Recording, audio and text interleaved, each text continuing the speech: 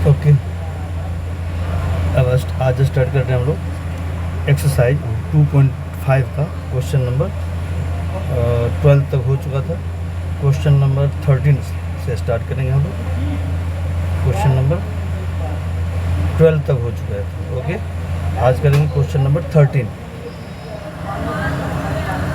चलो, question number 13 कह रहा है कि if x plus y plus z equal to 0, then show that x cube plus y cube plus z cube equal to 3xyz।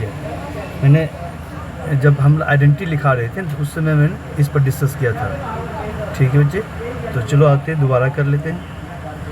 Okay, question number 13 कर रहे हैं हम लोग।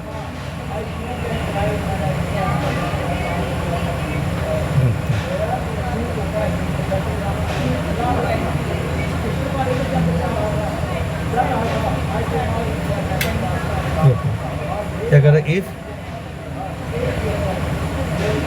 x plus y plus z equal to 0, then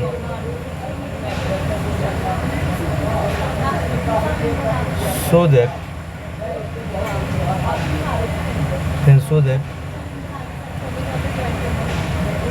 x cube plus y cube plus z cube equal to 3xyz। Okay, आप ये relation को आपको याद ही रखना है।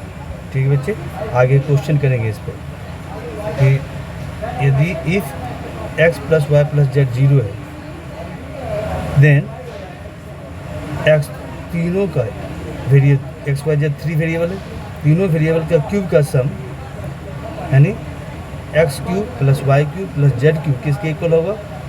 3 into product of all 3 variable यानी 3 into x into y plus into z. Okay, इसे आपको याद भी रखनी है। यदि ये इक्वल है 0 के, x plus y plus z तीनों वेरिएबल का सम अगर 0 है, देन तीनों वेरिएबल का क्यूब का सम किसके इक्वल होगा? 3 times of product of x y z, 3 into x into y into z के इक्वल हो जाएगा। आते इसे पहले हम प्रूफ करते हैं। ओके,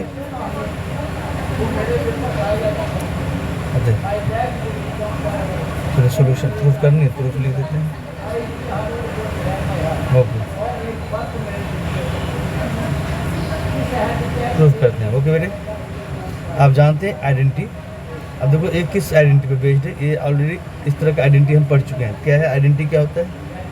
सिंस हम जानते हैं कि x cube plus y cube plus z cube minus 3xyz equal to कितना होता है?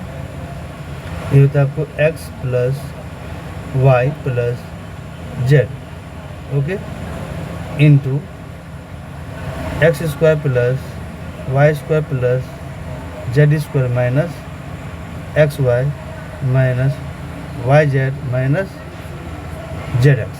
ओके, यानी ये हमने आइडेंटिटी लास्ट में लिखाया था कि x cube plus y cube plus z cube minus 3xyz किसके इक्वल होता है? X plus y plus z into x square plus y square plus z square minus x y minus y z minus z x है के equal होता है। यानी इस दो फैक्टर के प्रोडक्ट के बराबर होता है कौन? X cube plus y cube plus z cube minus 3xyz। अब क्वेश्चन में गिवन है ना, ये ऑलरेडी आइडेंटिटी हम पढ़े हुए हैं। अब क्वेश्चन में दिया हुआ कि x प्लस वाई, क्या दिया हुआ? x plus y plus z 0 की इक्वल है। क्या गिवन है? गिवन है x plus y plus z equal to 0। Okay, अब बेटे अब इसमें हमने क्या करनी है कि x प्लस वाई, ये आपको दिया हुआ x plus y plus z, इसके जगह पर 0 पुट कर दो तो क्या आएगा? देयरफॉर क्या हो जाएगा? देखो, x cube plus y cube plus z cube minus 3xyz equal to क्या लिखेंगे? 0। फिर x plus y plus z 0 है तो यहाँ पे 0 लिख दियो, इनटू बाकी जितना लिख दो x square plus y square plus z square minus x y minus y z minus z x. Okay, अब जीरो से जब मल्टीप्लाई करेंगे, कोई चीज़ में अगर जीरो से मल्टीप्लाई करेंगे तो क्या होगा, जीरो आएगा। This imply that x cube plus y cube plus z cube minus 3xyz equal to कितना आएगा, जीरो। जीरो से जब मल्टीप्लाई करेंगे तो क्या, जीरो इंटू समथिंग जीरो आएगा, जीरो आ गया। अब देखो बेटा, यानी इसको, ये माइनस में है, इसको अगर हम राइट साइड ले जाएंगे तो माइनस से प्लस हो जाएगा। देयरफॉर क्या हो जाएगा, x cube plus y cube plus z cube equal to आ जाएगा 3xyz। ये हमको प्रूव करना, तो हो गया प्रूफ, हो गया बेटे, ओके। तो प्रूव हो गया, ये तो प्रूव करना था कि if x plus y plus z zero हो, यदि x plus y plus z अगर जीरो हो, then x cube plus y cube plus z cube equal होता है 3xyz। ठीक है बच्चे, ये रिलेशन आपको याद रखनी है। जहाँ जब भी आपको कहीं लिखा रहेगा 3 वेरिएबल, मान लो एक्स वाई जेड, तीनों का सम अगर जीरो है तो तीनों का क्यूब का सम किसके इक्वल हो जाएगा, 3 times of product of all 3 variable, यानी 3 into x into y into z equal हो जाएगा। ओके, अगर वेरिएबल ए बी सी में रहेगा, अगर इफ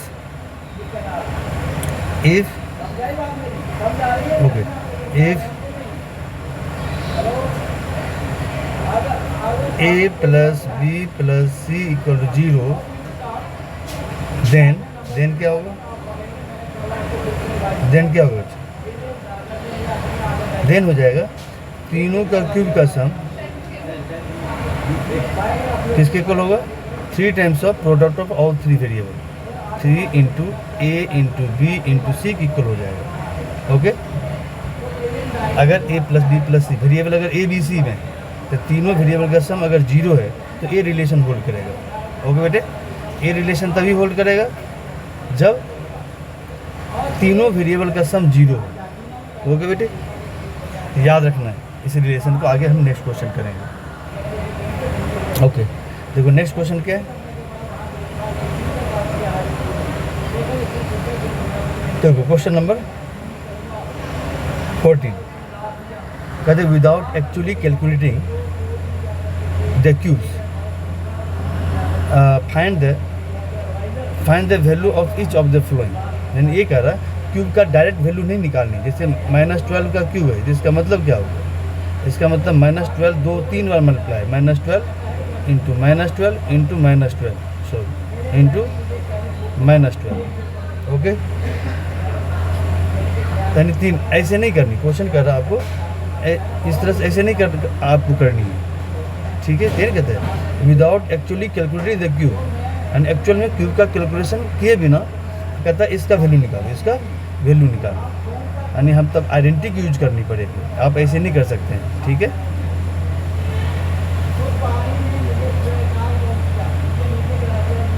अब देखो, अब यहाँ क्यूब है बेटे, ध्यान दो, क्यूब है तो किस फॉर्मेट में, देखो तो इसी फॉर्मेट में, देखो तो इस फॉर्मेट में क्या है, x cube plus y cube plus z cube equal to होता है 3xyz। तो मान लो ये एक्स है, सपोज करो, ये वाई है, ये जेड है। ठीक है, यानी तीनों का क्यूब का सम निकालना है, तीनों का क्यूब का सम इक्वल टू होगा 3xyz। ऐसा कब होगा, जब तीनों वेरिएबल का सम जीरो के इक्वल होगा, यानी -12 प्लस 7 प्लस 5, ये तीनों मान लो एक्स है, ये वाई है, ये जेड है, तीनों का सम अगर जीरो आ गया, देन ये रिलेशन होल्ड, हम लोग इस रिलेशन को यूज कर लेंगे, इस वाले का।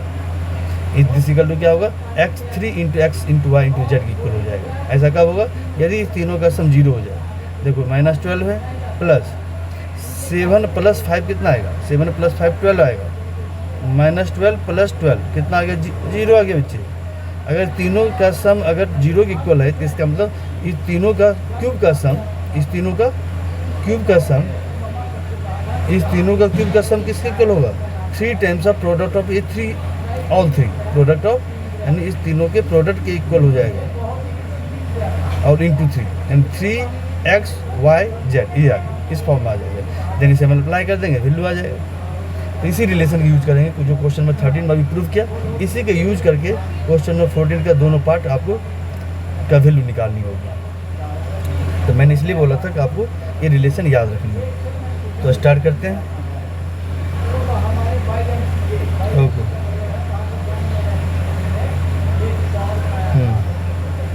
क्वेश्चन नंबर 14 करते हैं। ओके बेटे, फर्स्ट पार्ट है आपको -12 का क्यूब प्लस 7q प्लस 5 का क्यूब, इसका सम फाइंड आउट करना है।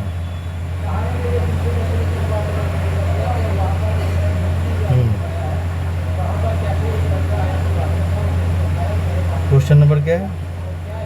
14 का फर्स्ट पार्ट कितना है? -12q प्लस 7 का क्यूब प्लस 5 का क्यूब, यही है।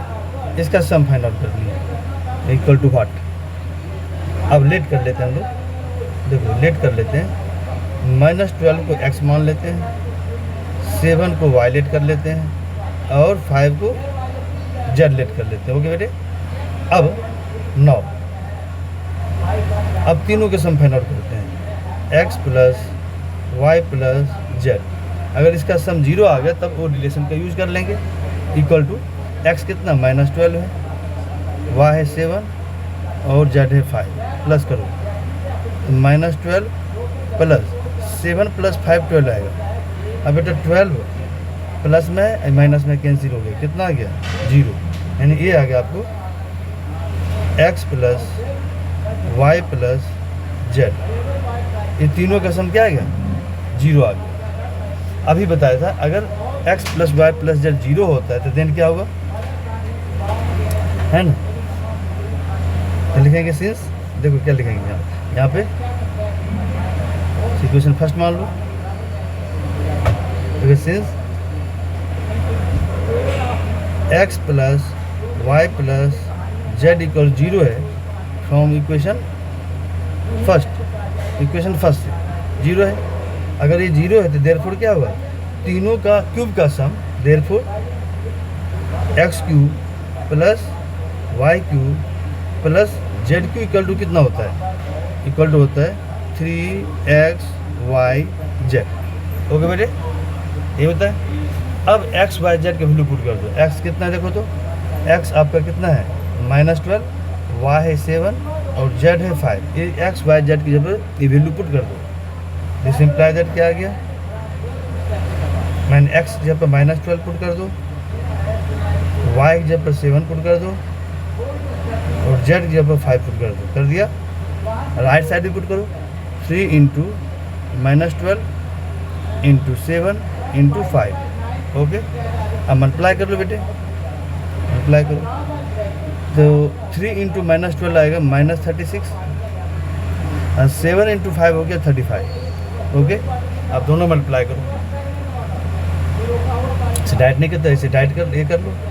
36 बाद में माइनस दे देंगे। अगर निगेटिव इंटू पॉजिटिव क्या होगा? देखो ये निगेटिव है, ये पॉजिटिव है, निगेटिव इंटू पॉजिटिव क्या होगा? निगेटिव आएगा। ओके,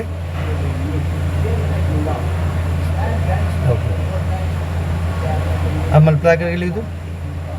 अब यहाँ नीचे कर 36 को 35 से मल्टीप्लाई करना करो। कैसे करते हैं मल्टीप्लाई? 5 इंटू 6 30 और 5 इंटू 3 15, 15 प्लस 3 18 आ गया।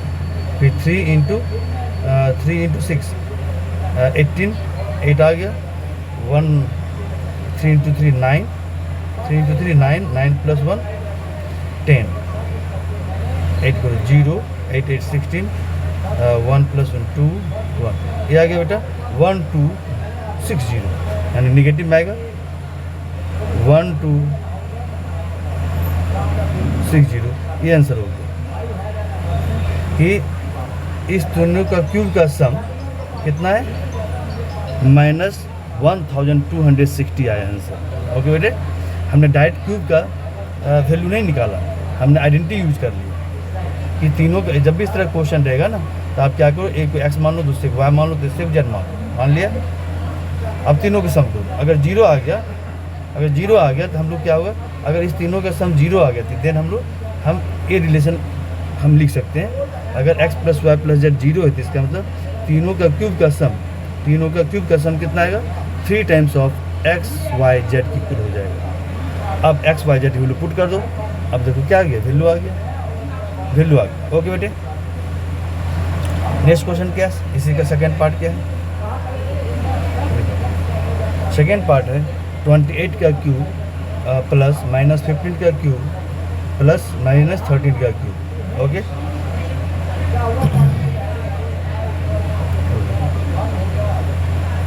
सेकेंड पार्ट है इसी का, कितना है 28 का क्यूब प्लस माइनस 15 का क्यूब प्लस माइनस 13 का क्यूब। इसका वैल्यू निकालनी है विदाउट कैलकुलेटिंग द क्यूब का कैलकुलेशन डायरेक्ट नहीं करनी है, वही आइडेंटिटी यूज करेंगे। यहाँ भी वही करेंगे, क्या करेंगे, लेट करो बेटे। फिर 28 को x मान लो, यानी x को इक्वल टू 28 मान लिया, y माइनस 15 है और z को लेट कर लिया माइनस 13। ओके, इस तरह से इसे x लिया, इसे y, इसे z। अब तीनों का सम कर देखो क्या 0 आ रहा है 9। हम लोग क्या करेंगे, x plus y plus z का वैल्यू निकालेंगे। x कितना है 28 है, y कितना है माइनस 15 है, z कितना है माइनस 13 है। ओके, अब 28, अब देखो माइनस 15 माइनस 13 आ जाएगा माइनस 28। अब क्या होगा बच्चे, अब 28 प्लस में है फिर माइनस में कैंसिल हो गया, कितना आ गया 0 आ गया।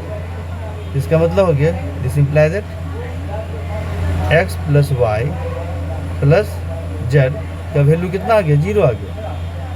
जैसे 0 आ गया तब बस हो गया, लिखेंगे। तो हम जानते हैं कि इफ जैसे इक्वेशन फर्स्ट मान लो, since x plus y plus z equal to 0 यानी फ्रॉम इक्वेशन फर्स्ट, ठीक है। तो देयरफॉर अगर तीनों वेरिएबल का सम अगर 0 है तो इसका मतलब तीनों वेरिएबल का क्यूब का सम किसके इक्वल होगा 3 times of x y z, यानी therefore x cube plus y cube plus z cube equal to होगा 3x y z। ओके बेटे, इसे याद करना ये रिलेशन।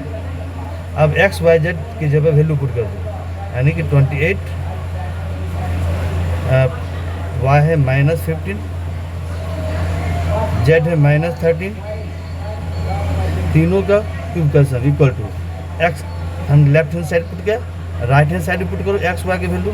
ओके, 3 इंटू एक्स का वैल्यू कितना है 28, y का है माइनस 15 और z का है माइनस 13।